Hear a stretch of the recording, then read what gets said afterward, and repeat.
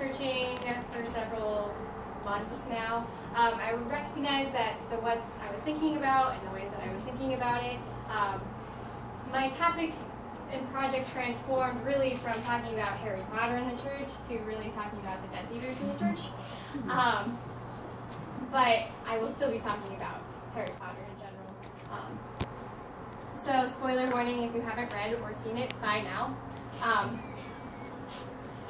I can't help you, but I'm going to ruin a lot of the surprises for you, or not a lot of them, but some of them. So just some background information. Harry Potter and the Philosopher's Stone was released in London in 1997, and then the last book, Harry Potter and the Deathly Hallows, was published in 2007. So she was writing for about 10 years and working on the series, and so throughout that span, Harry Potter overload was quite prevalent. And then the first movie came out in 2001, and the last movie came out in 2011, so another 10-year span of Harry Potter creation. That's like about 13 years of when Harry Potter, the heyday of Harry Potter, when things were being created and the buzz was quite high. And so it lasted a very long time. Today, over 400 million copies have been sold, and it has been translated into 68 different languages, which just shows you how much of a global phenomenon Harry Potter is. And just to give you another scope, the Harry Potter production was during the duration of the most formative years of my life. It was published in America in 1998 when I was in kindergarten, and the last movie came out in 2011 when I was a senior in high school.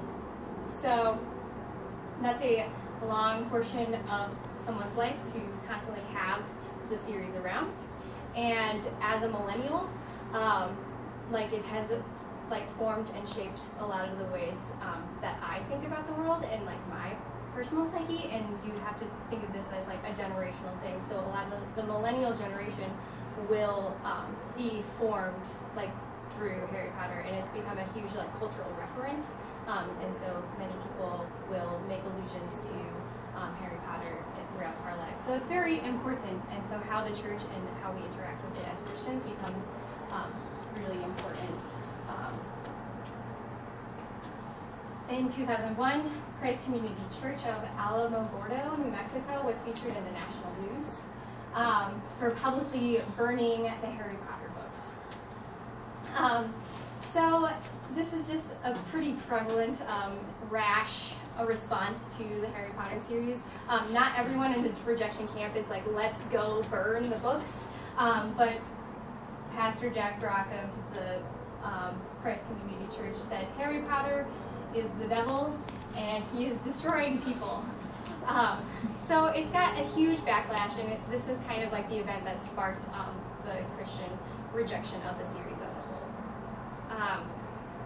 Because of it, there were Christians who had read it and found actually a lot of Christian themes in it. And so there was another branch of criticism of the books saying, or a defense of the books, saying that she actually follows some similar lines of C.S. Lewis and J.R. Tolkien, and actually provides a Christian perspective and way of, subvertly puts a Christian perspective of way of thinking into people's minds without them really recognizing it.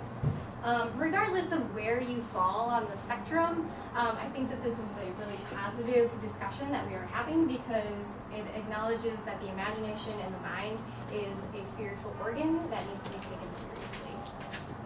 And so what we are taking in and what we are ingesting as media becomes important in how we understand and shape our worldview. So it leads us to question, is magic witchcraft or not? I really, in my research, have found this is a really moot point. Either you believe it is or you believe it isn't. And for one reason why is because we've only gotten to whether or not it's incantational magic or invocational magic. People who reject the series firmly believe that it's all invocational magic, whereas the people who accept the series, they believe that all of the magic is incantational. And John Granger defines incantational magic as being to sing along with or harmonize with. he cites prayer as being a sort of incantation. An example of incantational magic used in literature would be C.S. Lewis during Prince Caspian, in the Prince Caspian series where Prince Caspian blows the horn and calls the Pevensey children and the kings and queens of old to come and save them during their battle. Whereas invocational magic would be to call outside spirits or demonic forces into the picture.